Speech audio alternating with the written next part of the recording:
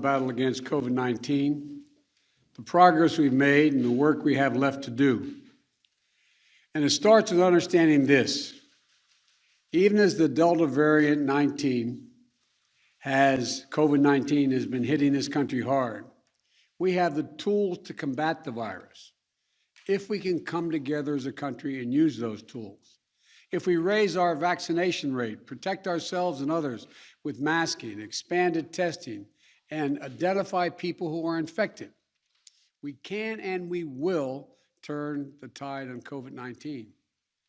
It'll take a lot of hard work, and it's going to take some time. Many of us are frustrated with the nearly 80 million Americans who are still not vaccinated, even though the vaccine is safe, effective, and free. You might be confused about what is true and what is false about COVID-19.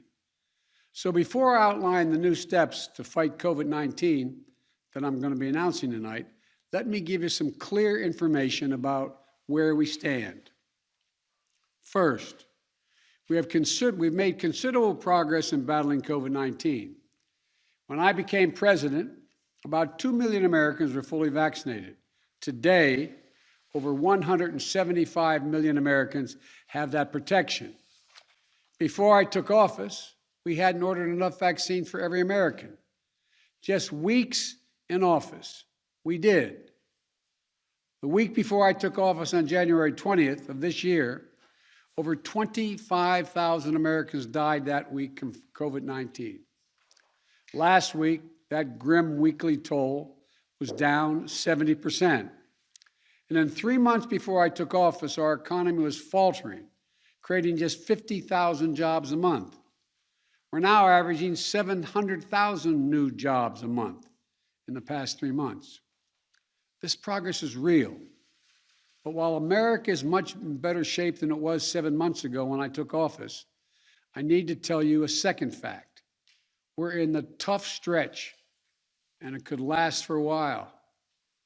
Highly contagious Delta variant that I began to warn America about back in July spread late summer, like it did in other countries before us.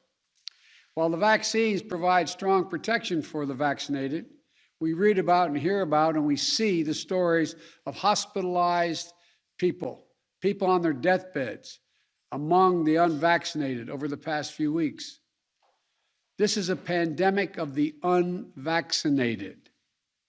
And it's caused by the fact that despite America having unprecedented and successful vaccination program, despite the fact that for almost 5 months, free vaccines have been available in 80,000 different locations, we still have nearly 80 million Americans who have failed to get the shot.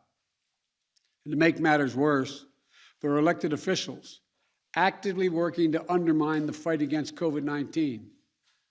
Instead of encouraging people to get vaccinated and mask up, they're ordering mobile morgues for the unvaccinated dying from COVID in their communities. This is totally unacceptable. Third, if you wonder how all this adds up, here's the math. The vast majority of Americans are doing the right thing. Nearly 3/4 of the eligible have gotten at least one shot, but 1/4 has not gotten any. That's nearly 80 million Americans not vaccinated. And a country as large as ours, that's 25% minority. That 25% can cause a lot of damage, and they are. The unvaccinated overcrowd our hospitals, are overrunning emergency rooms and intensive care units, leaving no room for someone with a heart attack or pancreatitis or cancer. And fourth, I want to emphasize that the vaccines provide very strong protection from severe illness from COVID-19.